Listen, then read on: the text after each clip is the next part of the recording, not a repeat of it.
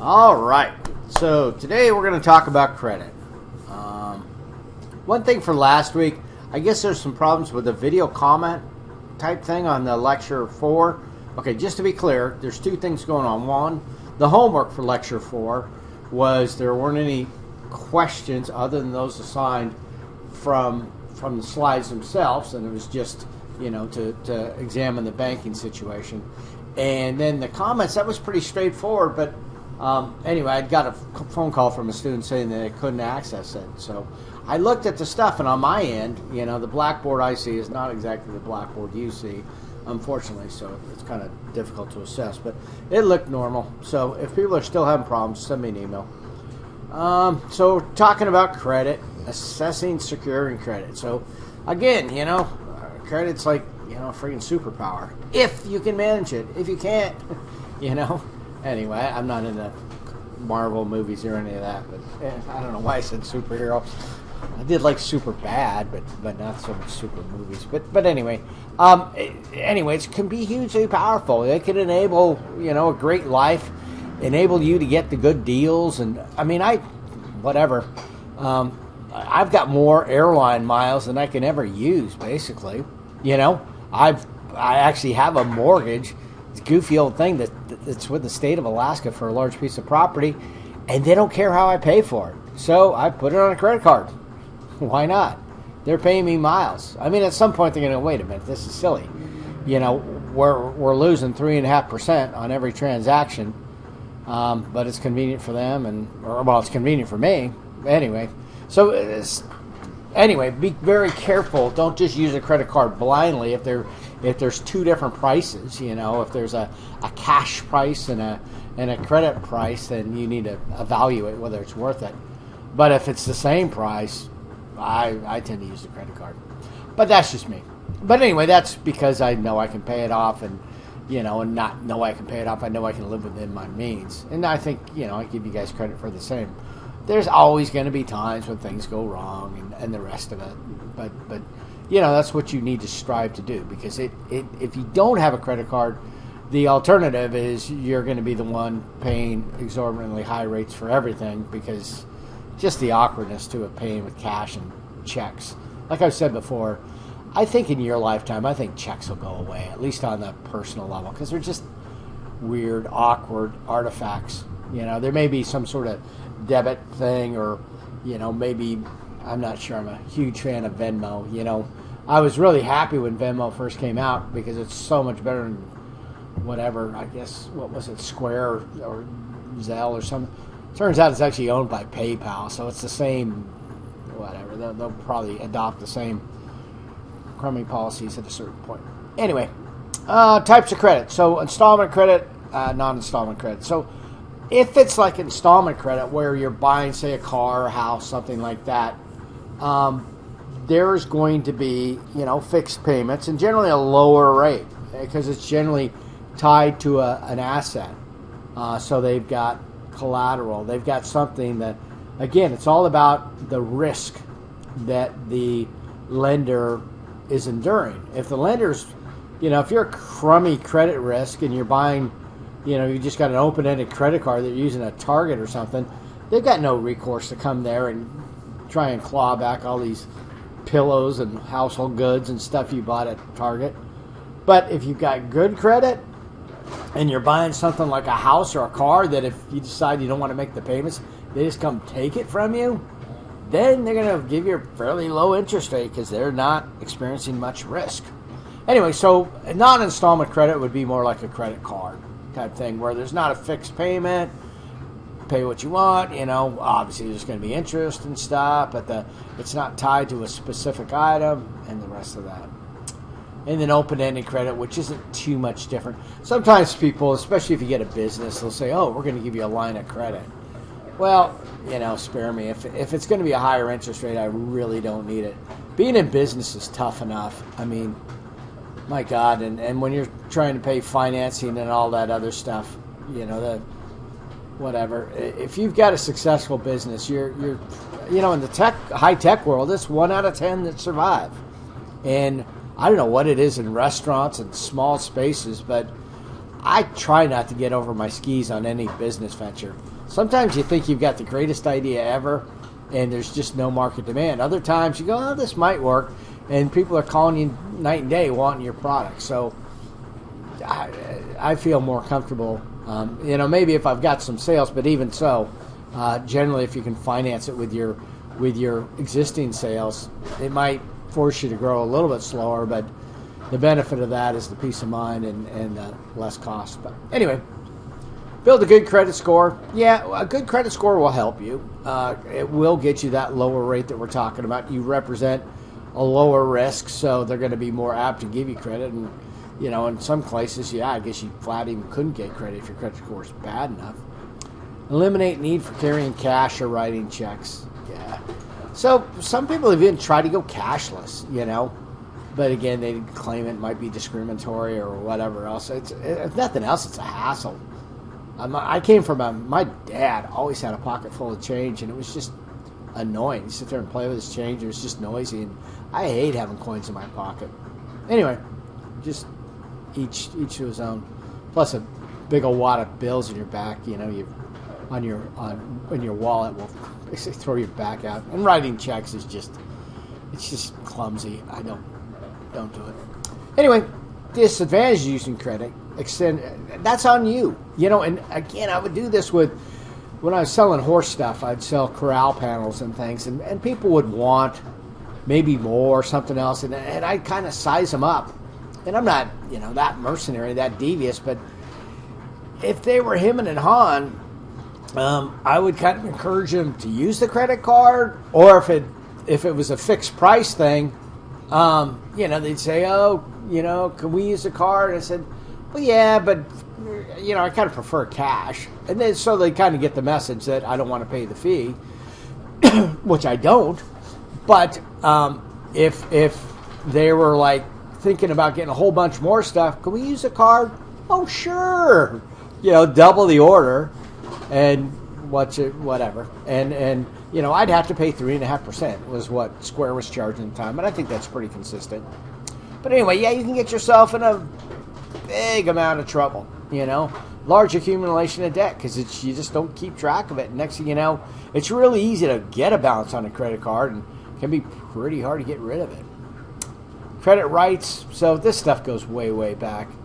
I don't know. Some of these guys are kind of, unethical. And, I ran into a situation, some companies are worse than others. I absolutely detest Capital One. And they can sue me, whatever. Rotten company. But there's I've also got a card with Chase, and the way these guys play this game is I guess the bill's due on the 28th or something. But if you pay it in full, there's no finance charge, no service charge. So sometimes I'll be like, oh, man, I got to pay that. It's the 28th. I got to get it done tonight. Well, they go by 28th on East Coast time. So I've been hit with late charges by paying my bill on the correct day, but on the Alaska time. Yeah, I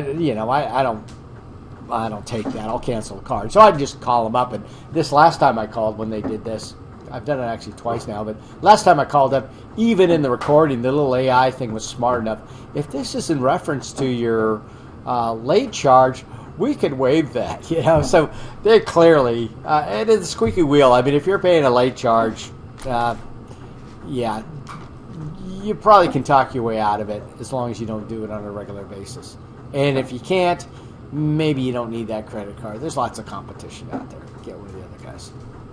So impact on savings.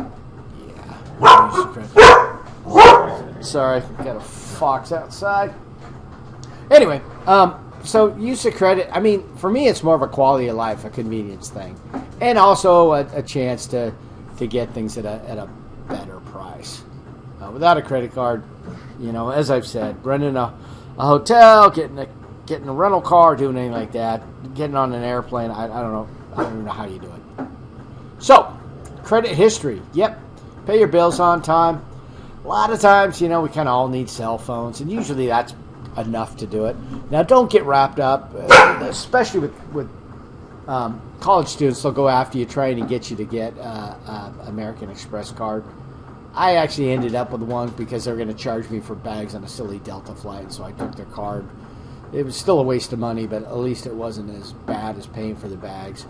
But anyway, generally, yeah, don't do it. These ones with the fees and all that status, nobody important is impressed by the fact whatever credit card you've got. Although some of the metal ones are kind of cool. I will have to admit, I kind of like the feel of them. But yeah, I'm not paying an annual fee for that. Sorry. Okay, credit insurance. This is kind of a two-edged sword thing. What they do on this one is these companies aren't quite as magnanimous as they would appear. They'll say, "Oh, you're such a good client that in the event of your death or whatever, we're going to pay off your credit card for you." I mean, fair enough. That's a great deal, but they're doing it also because they don't want to be dealing with, your estate or your grieving spouse or something like that. So, it's somewhat about you, but they may also try and use as an entree to get you to get life insurance or something else. You'll see this a lot of time on mortgages and stuff, and it's a great feature. I mean, it's just a small policy that covers off the policy, your mortgage policy, in case you die. But don't be fooled.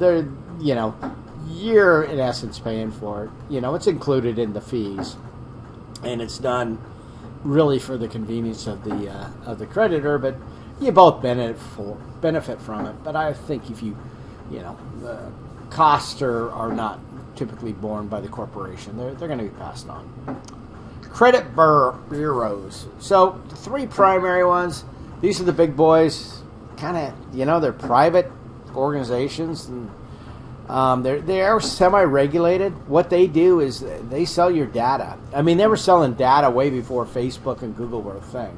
These guys, they get your information and they sell it to banks and other people. They will sell it to you if you're willing to pay for it. But their primary customers are all the lenders and stuff. And if you go to buy a house, you'll quickly figure out how this situation works. They'll say, you want to get pre-approved, and they'll say, oh, there's a credit whatever fee, $50. It's probably more than that now, maybe $75. I don't know. But anyway, that is a fee that goes to the credit bureau. They run your report, and they present that lender with your score to judge your credit worthiness. So there's three of them out there: Equifax, Experian, and TransUnion. It's kind of been that way forever. They have different names, that they'll work with, companies they'll work with. But these guys, they quickly realize that people kind of have a fascination knowing what their credit score is, so they'll try and sell that data to you. You can get your credit report for free by law. You can get your credit report once a year for free, and there's three companies, so you can request each one. So if you got some reason to be wrapped up about this, you could get 3 credit reports a year. You just request them from each different one. Also, if you go to some place and they say, yeah, no, we don't like your credit, no good, say, I need a credit report. The bureau is forced to provide that when you're denied. So, yeah, and the thing about annually, it can actually be, since there's 3, you just request it from the other room. Alrighty. So, report number, report date, yep. So half of the battle on these things is trying to get in there to the credit, because this is like the holy grail for a would-be identity thief. If they can get your credit report, they got all kinds of info on you. So just getting past these questions, and they think they're being very secure, but I tell you what, if you've got an ex-wife out there, half the data on mine, it's like I'm having to go down memory road because none of these numbers are mine, and I don't, not to get into personal details, but I don't keep track of my ex-wife, don't care to. But they're always asking me, they've got her address associated with mine, so go figure. That's the quality of their data. They're not batting 1,000 here. They don't exactly know where, I just know they've got the numbers, the data all jumbled up. So anyway, you do have to check the rest of the report to see that there's nothing, quite wrong. Could be some negative stuff in there. Yeah, if you've had a bankruptcy, people think, oh yeah, all my debts are discharged, or they'll wipe out my, the negative data. 7 years, I get a fresh start. Guess what? 7 years from now, when you go to run your credit, and there's this big void there for 7 years, these people weren't born yesterday. They know exactly that. Oh, this guy was bankrupt because there was no reporting during this period. I wonder what happened. Tax liens, that can happen as well. So, yeah, if you've got things against you, things filed in court against you, it may come up and may prevent you from getting credit because, yeah, you're the subject of a lawsuit. And it just gets nasty. Collection agencies. Now, if you're late on your bill a couple times, that's not going to get to the collection agency. If you are late multiple times and they sell it off, the way collection agencies work is that, let's say you owe a credit card company $10,000 and you've just been a complete deadbeat. They're not having any success getting the money back from you. What they'll do is they'll sell it to some, Dog the Bounty Hunter type guy for, $1,000 or something. And that collection agency is fully entitled to collect the full $10,000 from you, and they only paid $1,000 to have that opportunity. And these numbers may be skewed depending on the situation. But anyway, they didn't pay that much, and they're entitled to take a lot. So they're going to be pretty aggressive because they stand to benefit quite significantly if they're able to get that money out of you. Now, there's laws, what they can do, but they're definitely more driven and put more effort into it than the credit card companies who just basically have written you off. Open and closed accounts are on there. Can be a bit confusing, If you have a credit card with, say, Kohl's or, Old Navy or some department card, they may actually do business with some other bank, and you're going, I've never heard of this bank. Well, that's the one that has a relationship with that store card that you bought. So, and then list of companies that requested your credit report. That usually correlates quite highly with the junk mail you're getting. If all of a sudden you see all these credit things, offers coming from American Express, Chase, all the usual guys, and you see that they're the ones who have requested your credit report, they decided what kind of offer to get you.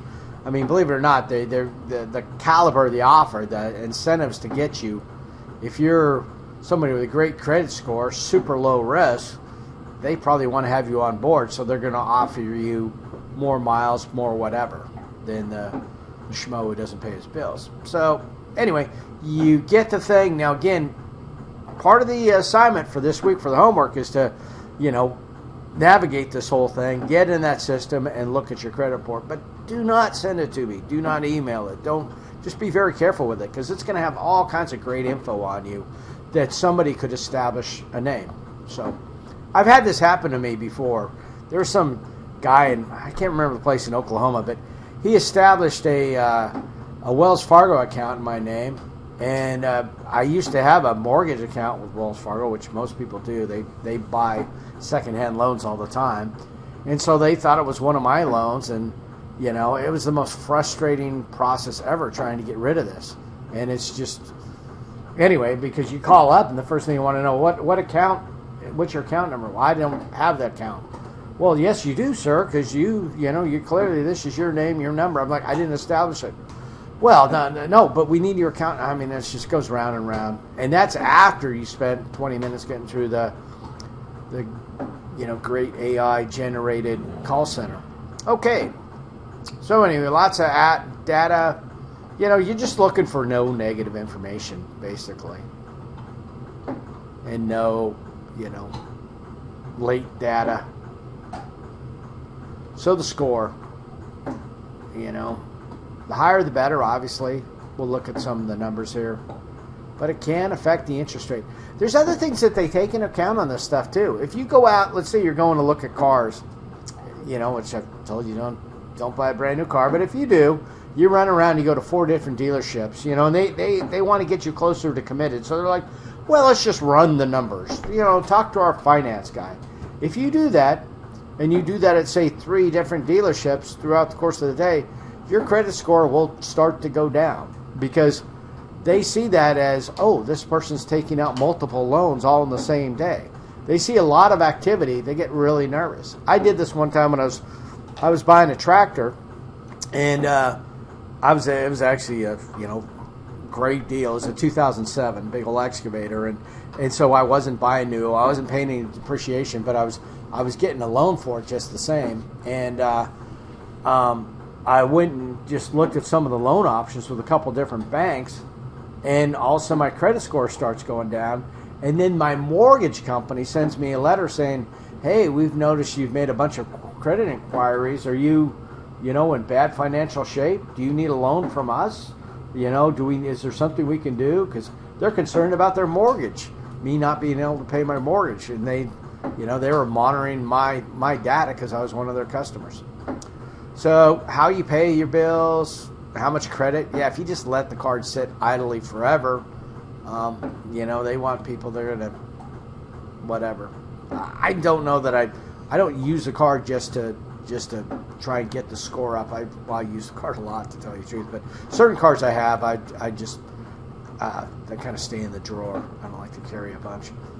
Credit history and new credit. So that's where this thing can go. If you're out trying to attain a whole bunch of credit, they're going to be nervous, and different types of credit. So did these guys know this formula, the algorithm? No. All that stuff's proprietary. Obviously they offer a service judging the credit worthiness for the lenders, and if they're giving bad data to the lenders, pretty soon the lender's going to start using the other company. So they're always modifying their, things in terms of human profiles, psychological factors that make people, go flaky and whatever. Yep, so they come up with their own data, and so they leads to different scores. You're probably not going to get 850, but I've been above 800 for, numerous times, and then I'll get knocked down. I absolutely don't care. I'm not trying to get a new loan, but I'll do something, and they'll be like, oh, man, I'll do some big purchase and run the card up to the max. And, it's a transitory thing, but just the same, it'll spook them a little bit, and they'll lower my score. But if I'm not getting a loan, it's not something that you need to watch that closely unless you're planning on getting a loan. But they try to make it more important where they want to sell it to you. Because those free credit reports, they do not include the credit score by design. They consider that proprietary data they don't have to give you, and they want to try and con you into getting it. And so they'll do this a number of ways. They'll say, oh, free credit report, whatever, but why am I having to give you your credit card? Oh, it's free for whatever number of months. Or you sign up with our credit protection service, or you give us all of your data and we sell it off to all these vendors, and so that's somebody's paying for that credit score if you're getting a credit score. There are certain credit cards that, again, it may be baked in the fee or them just trying to keep you as a customer, but they'll make that score available to you. But just to get it from the credit bureau directly without paying it, that's not going to happen. If there's mistakes, yep, write a letter, and they have to. Anyway, this can get kind of serious. And the consumer stuff, the laws these guys have to work within, they've got 30 days to investigate it and fix it or put it back out there. Try not to have late payments because you're obviously paying interest and fees. Cut back, destroy credit cards, keep credit cards up. I've never done that, and that doesn't make sense with their usage thing. But because especially if something bad happens and you destroy the credit card, now how do you even know the number? The full numbers are typically not printed on most things anymore. So call creditors. Calling, again, back when phones were a thing, now it's all text and emails and stuff, but I still try to call to get a hold of a person. But the big deal is if you're having problems making your bill, don't ignore it. These people if you call them or contact them, the communication is what they go for. They actually have a thing too. It's funny. There's a credit card, credit management thing. Not like these ones that the .com kind of guys that want to, in essence, put another bill on your credit card for their credit services. Those scams where we can get you out from under your credit cards and we're going to trash your credit rating and we're going to do a lot of bad things. So probably not the most useful thing. But the credit card companies themselves, amongst them, their little association or whatever, they do have some credit management, credit counseling kind of people. And what they'll in essence do is you just fess up and say, this credit card's not working out, and they'll say, okay, we're going to close this thing or restrict it, and we're going to get this big balance you have on the credit card, and we're going to put that into some sort of fixed installment loan. Remember I talked about installment loans with a much lower interest rate. Rather than you paying 27% and never being able to catch up, let's put it down on a 10 or 12% loan, and you can make some headway and not get even further underwater, in the time paying it off. So, review your credit report. Yep. It's just good to know. So, it's not, that uncommon to say I've got an 800. You're in basically the top 15%. And then if you're above a 700, which is what you need, that's greater than 50% of the people are above a 700. 650 and stuff. Now you're looking at different interest rates where you're looked at a more of a risk. So FTC.gov, there are other things, Credit Karma and some other things from Mint and stuff like that where they can get that for you. But if you want to get let's just do it. Okay, so we're going to, what's this? Due to a link error. I have link errors. Anyway, we'll look at it in a second. But that's how you access the free one. These generally start out at the government site. If you just blindly type in free credit report, you're going to get all those paid ones. So if you go through the .gov one, you'll generally get there. In fact, let's just do this. Won't let me do the hyperlink.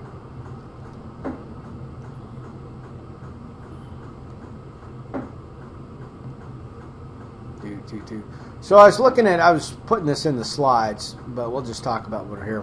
When I talk about these credit rates just being, as an investor, these rates are unattainable. So before you think about, I'm gonna, start investing now. If you're carrying a balance on your credit card, pay off your credit card. You can't outdo these rates. Some of these 27s and stuff, or some of these ones where I get all these perks. Well, you notice there's a difference. If it's got a lot of perks, then the one with whatever, they're all pretty much in the 28, 26 high rate. Here's some that must be a misprint. That one of these doesn't look like the other. But anyway, there is a difference in rates, but what I'm saying is all these rates are, except a couple low interest ones, are above 20, and you're just pay off your credit cards first before you start investing. Okay, paste. I guess I didn't need to put it in Google, did I? Anyway, but we did. Okay, so we're on a .gov site. Free credit report. Boom. Now what's it going to do? It's going to tell me, you're going outside of a .gov site, which is fine. Because, I just want to make sure that you don't get steered to some other .com site and start paying a ton for it. So it tells you a little about, all this stuff. Why get it? Identity theft. Good luck with those people. They're overwhelmed. So, now we're leaving it. We're going to go to this link, but this is going to be, the genuine link. And so, Again, these guys aren't doing it because they're benevolent people. They're doing it because they were forced to do it. But the big three are here: TransUnion, Equifax, Experian. And then fill out your form and request your credit reports. And so, yeah, this is going to be all sorts of good information.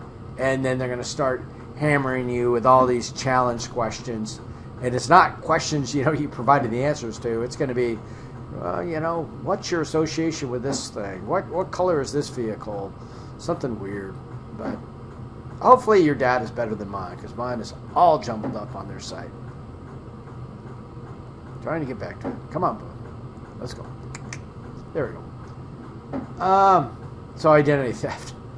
Like I say, I'm not going to lecture too much on identity theft because it's constantly changing. It's like a computer virus. They're always kind of one step ahead. As soon as they come up with, some means. And I tell you, living in Europe was even more extreme. They had, you would go downtown Madrid. This was quite a few years ago. I'd go to the ATM. Geldermalm was Germany. It was Cajero Automático. Anyway, you put in your card and just come back, out of order, no funciona. And so you go, oh man. So you put in your card, you type in your PIN, it comes back no funciona. And you're like, bummer. You go on to the next ATM, and your balance is completely friggin' drained because that ATM you just shoved your card into was not an ATM at all. All it was a card reader with a keyboard attached that it read your card, it got your PIN, and it hammered that account for the maximum.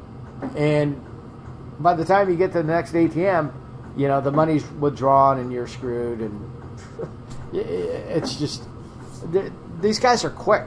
And anyway, there's a YouTube video I used to show, but I'd get hit with copyright strikes all the time because it was taken from a British show, but it just shows these people showing the skimmers and the cell phone, basically the it's not that high tech of stuff. I mean, reading a magnetic card and the pinhole camera to capture the person's PIN if that's how they want to do it, just optically, they can do this quite easily. Anyway, and these guys in this book, I'm going to tell you on these slides, they're going to focus on,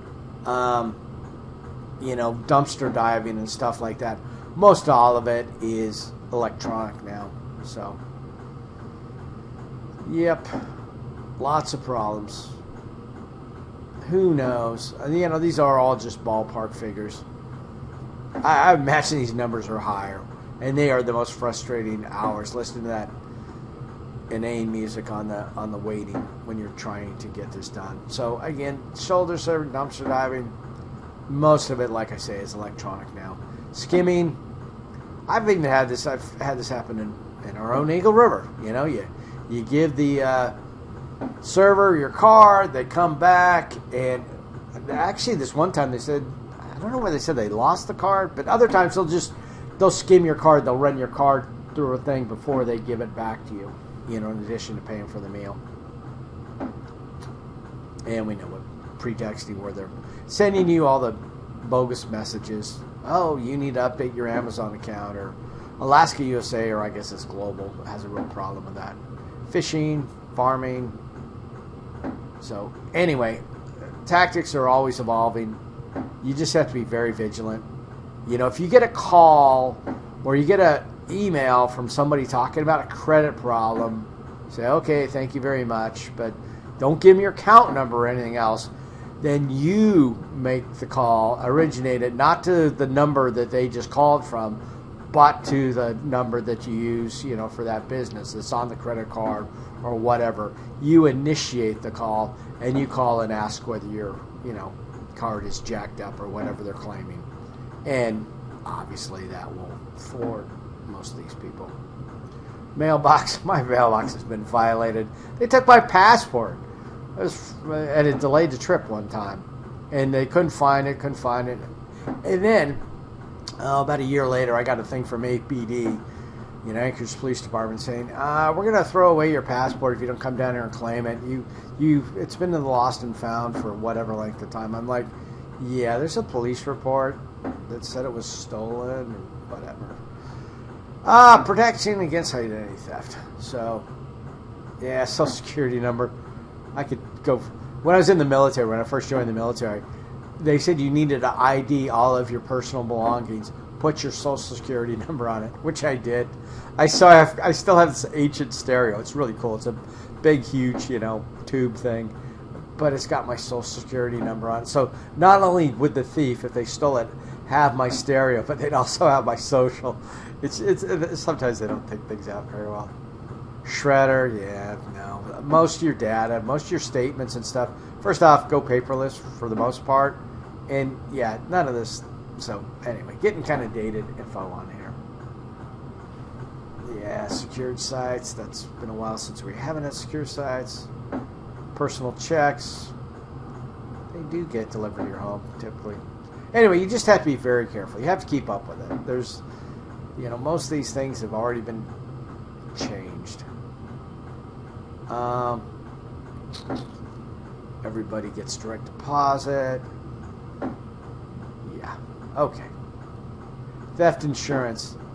These guys, again, I hate to be so negative here, but, after the identity theft has happened, after the thing, I get an alert. Yeah, thanks for that.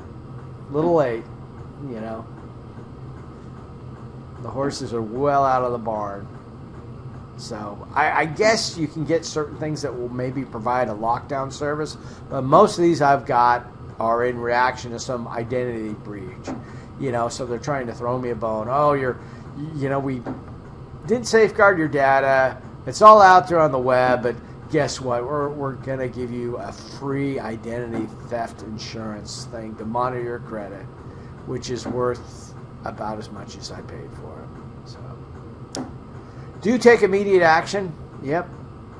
This is the funny thing. Contact the police. Again, this is like the Big Lebowski.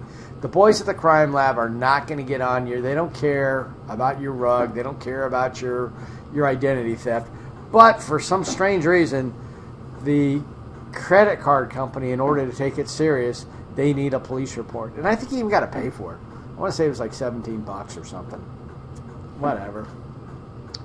But yeah, they're FTC and credit reporting agencies. The best thing to do is proactive. You've got the different keys, especially, and I keep harping on, maybe have a checking account, but then also have a brokerage account. If you've got a brokerage account, a bunch of layers of security and vaults and all this other stuff might be a little cumbersome on a checking account, but I don't mind two-factor authentication, and I've got one of those, it's a little USB token thing for other things that you need to be in possession of, and I've got, I get all the alerts, email and phone if any money changes out of that account, and if I want to pull money out of there, there's a 24-hour delay. All that stuff is fine with me. But would I want it on my checking account? Absolutely not. So there are ways to work around this. So, yeah, they're just going to have the numbers for the different guys again. I've got this link here. It didn't want to do my link, but I'm going to copy this one again. Sorry. This was the link that, if you actually wanted to type it in there, you can get it yourself. I think I put it on the web, but it was kind of interesting. It was a British documentary, and for some reason when I put it out there last time, they did a copyright strike. Okay. So managing your credit, just to follow on with that, I've kind of hit on, the advantages. Take advantage of the grace period. Nice statements. Yeah, if you lack discipline, it's going to get you in all kinds of trouble. So this is kind of redundant, knowing what you know about, again, that first day of class with compound interest.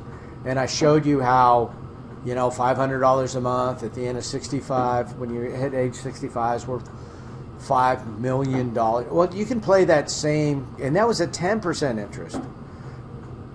not that you would ever get it, but if you played that same game with 27% interest, oh my God! I mean, that's why credit cards are so whatever. They're not predatory, but they definitely don't. You don't ruin their day when you don't pay that bill. You know, again, that rule of 72 I talked about beforehand. If you have a 27% rate, or let's just go with whatever, 20 something, well, even that. But anyway, divide that into 72, and let's just round everything off and call it 3. That means if you've got a $5,000 balance, in 3 years, you will have a $10,000 balance. That balance will have doubled. So this is good information, because sometimes you'll see something, you go, man, I can't afford this, but I'm going to buy it on a credit card because I can get it now. Well, it's got to be a pretty good deal, because if you're going to be paying finance charges, you got to kind of add that onto the cost of it. So if you can save a few $100 by buying it now because it's on sale, but you're going to finance for a couple months, well, you're kind of where you started from. So, anywho, credit history, yep. Most of it they can gather from your social. You'll type in your social, that accesses their, Experian or whatever credit bureau you're using, and then they'll make you some sort of, because all the credit bureau stuff is historical, so they ask you what your current income is, so that way they can fry you if you, are actually unemployed at the moment you're at Home Depot or wherever and you're applying for that credit card. You essentially lied when you did that. But anyway, those two bits of data, your social and your current salary, and you can pretty much get a credit card. And they'll access all that other data they need.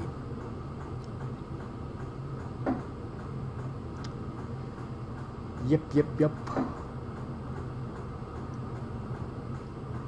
So, MasterCard, Visa, very similar to one another. American Express, little different. Most American Express require credit full. My problem with them, though, is they charge a little bit more. And it's also that prestige thing that, if you're paying somebody money to tell you you're more important, you're not that important. But when they're charging, I think they're 4.2 or 4.5, whatever. And some merchants will just say, screw them, I'm not accepting American Express because I'm not paying that higher fee. And guess what? If that's the only credit card you got in your pocket, it's useless. So, proprietary credit cards, yeah. I'm not a big, whatever, I guess Old Navy or maybe Kohl's or some of these stores. If you don't have their credit card, you're literally, it's kind of factored into their prices. They're fairly expensive stores if you're not getting the deals that are only enabled by their credit card. It's been a while since I've been in there, but I think that's still the game that's being played. Credit limit, usually waiverable. If you've got something and you're paying your bills normally and you say, hey, they'll do it right over the phone. Overdraft protection, this is good for your checking account. They're using it in the case where credit limit, usually they'll just deny it. If you got a $30,000 balance and you try and go for 32, they may just deny it. Then you could call them. But annual fee. So if you're paying an annual fee, you should be getting some benefits for it. I'm not saying absolutely don't pay an annual fee, because I do. But that's the just for point example, Alaska Airlines card, I pay an annual fee, but I get a lot of benefits from all the miles. Do I like being associated with the Bank of America? Do I like some of the other things go along? No, but you live in this state, you're kind of a victim of that relationship. Anyway, yeah, so the only thing to worry for, when I've tested, I got my new American Express card. I was down in Seattle. I went up to the club, and clearly I did not rate. The lady was real cool about it, but no, I was just going, hey, so I got this new card. Is this? No. I needed to be a far more precious metal than gold or platinum. It was something else that they wanted from me. But whatever, they can keep it. Grace period, so that's the length. This is the key. Don't pay interest. Get it in by the grace period. Interest rate, like I say, I don't even know what the interest rate is on the credit card, which I'm not being irresponsible. It's just that don't carry a balance. Don't worry about it. More regulations. Cash advances. Do not try and use your credit card, in the ATM. It will work to a certain extent, but you're not using the ATM. You're taking a cash advance. And so what happens here is, number one, there is no grace period, so you're paying interest on that money right off. So it's a pretty expensive loan. And then also there's a convenience fee, typically around 10%. So you pull out $200 thinking it's an ATM card. Well, it's going to take $220 from you, and it's going to start charging you interest on it. So the same thing applies to those goofy checks they send you, that is identity theft. I had some of those taken when they took my passport. They took some of those checks, and they wrote one for $300 or something. And I saw the thing, all of a sudden shows up as $330 on my credit card. I'm like, nah, that's not me. And again, because I was on it, they were able to shut it down. The merchant who took that check obviously didn't see an ID. Well, maybe they saw my passport. Maybe the guy was, exceedingly handsome. I mean, maybe he looked a bit like me, but the chances are pretty slight. I don't think they did it. So this is where I was posting in that slide with the. Sorry about that. Posted in the slide with the interest rates. Man, we've got a few disruptions, but we just need to keep going here. Finance charge. So, yep, if just when you're looking at your statement, first thing you want to do, a couple key things. You want to look at the transactions. Do I know these people? Are these my charges? Next, finance charge. If it's not zeros, you're not playing the game correctly. Knowingly, you might do it once or twice, but for the most part, you want there to be zeros. And then how the credit's going to be done. They get into some confusing things here, but typically it's again, if you're getting paid within the grace period, you don't have to worry about that. So read your statement, see what they say. So simple interest rate is different than APR. APR is the king of all numbers. That's what allows you to make comparisons. So you can see, I'm rolling back real quick. See how this is APR. They don't say simple interest. Simple interest is it's basically just not used in finance. It's not very. It's sometimes they'll say something's a very low interest rate, some teaser interest rate, and it's not accurate. So legally, they have to state it in APR. Impact of interest rate. Yep. Only goes to figure. And again, things spiral out of control. This is using simple interest, but it's actually going to start to compound on you and get out of control. So.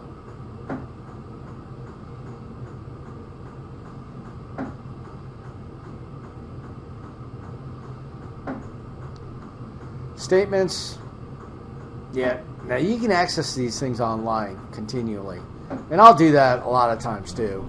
I'll be in some place and the transaction looked a little flaky, or sometimes you'll do this where, you're buying. A lot of times I'll buy diesel fuel or heating oil or something, and I'll say, I'm going to get $100 worth, and the tank fills up at 95 or something.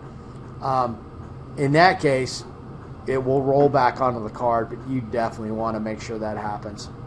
So there's lots of reasons, or you'd be, it's pretty enlightening how quickly those things will post to your phone app. So by the time you waited for the written statement, if you're even getting them delivered, it's usually too long. These credit card companies, their cooperation with you varies proportionally to the time that's elapsed. If it's like day of, they're very good to deal with. If it's a few days later, now they're a little whatever. If it's beyond 30 days, it's like, yeah, that's on you. You're too late. Because if you get to them real quick, they haven't even paid the merchant. You know, it takes a couple, 3 days for the merchant to get the money. So if it's something screwy, they'll just shut that off. If it's within a few days, less than a month, they still can have recourse to get it back from the vendor. But if it's been over 30 days, they're going to have to eat those charges, and they don't want to do that. So, yep, it's always on your card. So just keep looking at it and dispute it, and especially if you see it pending. Sometimes when it's pending, you can't even dispute it because it's not truly posted, but keep track of it. Card Act, all kinds of different things. So there's all sorts of legal limits that are pro-consumer. This is kind of one of the reasons why I tend not to use a debit card, because the laws are a little stronger in relation to credit cards, but each to his own. So again, these laws have been updated. Now we're getting a few years along. These slides aren't that old, but the last big law in that realm was 2010. Tips using credit card. Yep. Make sure you're just not putting excess money on there. Big one right here, though. Pay the credit card bills before investing money. I mean, I'm not insulting your investing prowess, but nobody's getting 27% consistently like the credit cards are getting from you. Pay them off. Credit repair services. So these are those .com kind of people. Now, contacting the credit card company, getting a referral to their, nonprofit that's going to help you out. That's smart. Yep.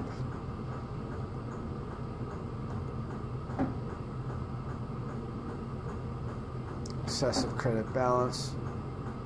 Yeah, all these things. It comes back down to don't get in a situation. Live within your means. And if it's truly an emergency, then you do these things. But yeah, reduce everyday expenses.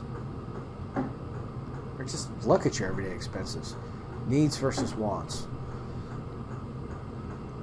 Bankruptcy. So again, not a get out of jail free card.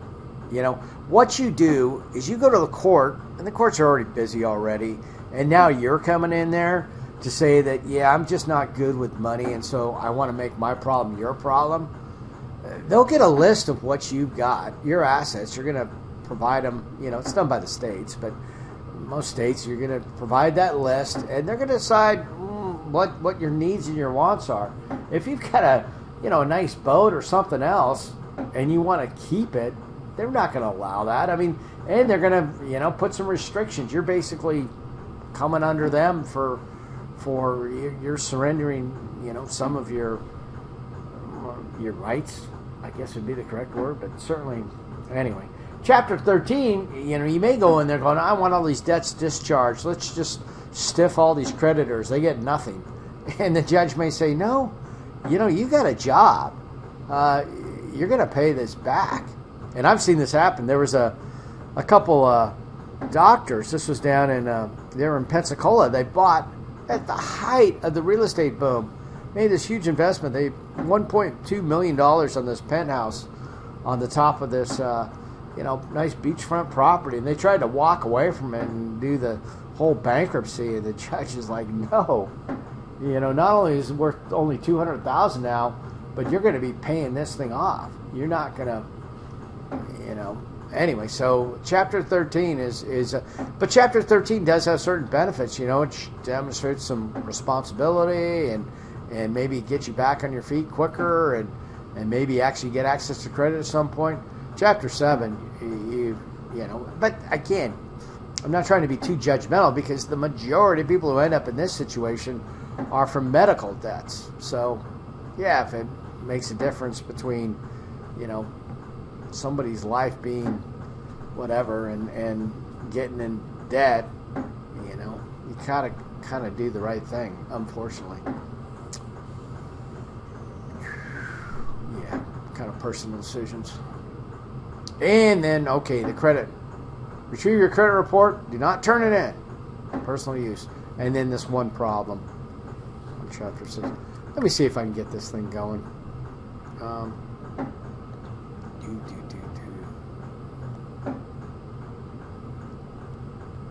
Don't know what's going on with this mouse today.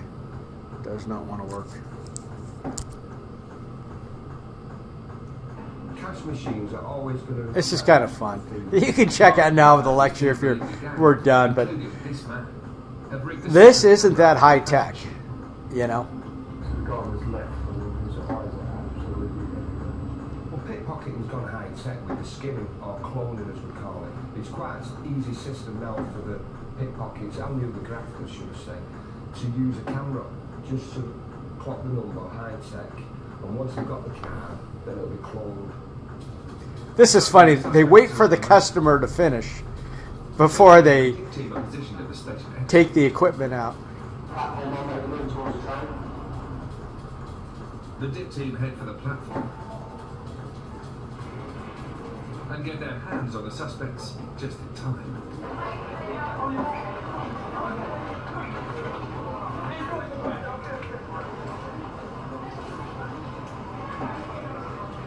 Then they go back to the machine here. They wait for this one last guy to get ripped off. They try to tell him, don't do this, but he lets it happen. And they put the little fake front on there. Yeah.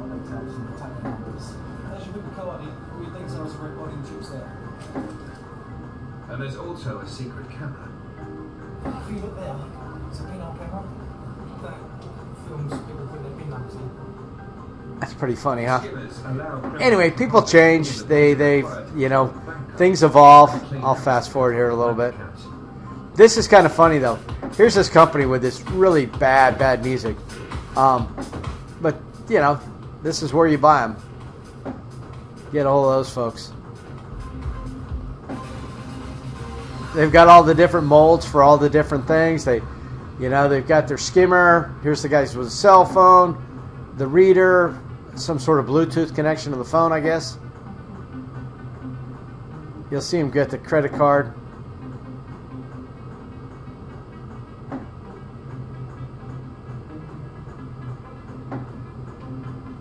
Anyways, very intent on showing us all the different models, the great electronics. It even flashes properly, you know, so it looks authentic. Okay. Trying to push it up here. Here he gets the credit card. You know, and in an instant, all that quick swipe, semi-quick swipe. Come on, buddy. And then you see the phone light up and give them the data. Boom. And now, you know, just on that, they're off and your card's hacked. Let me see. I used to have another little additional one. This is kind of funny. If you've ever...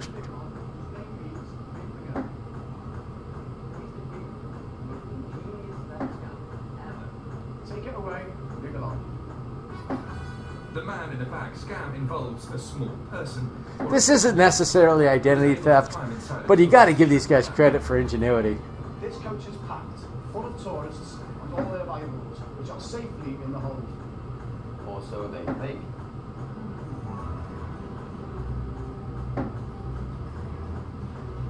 Miguelon's out the bag, surrounded by tourist treasure, and his pilfering hands are hard at work. Every time I see a bus going up the Glen, I can't help but think there's some dude in there getting all the good stuff.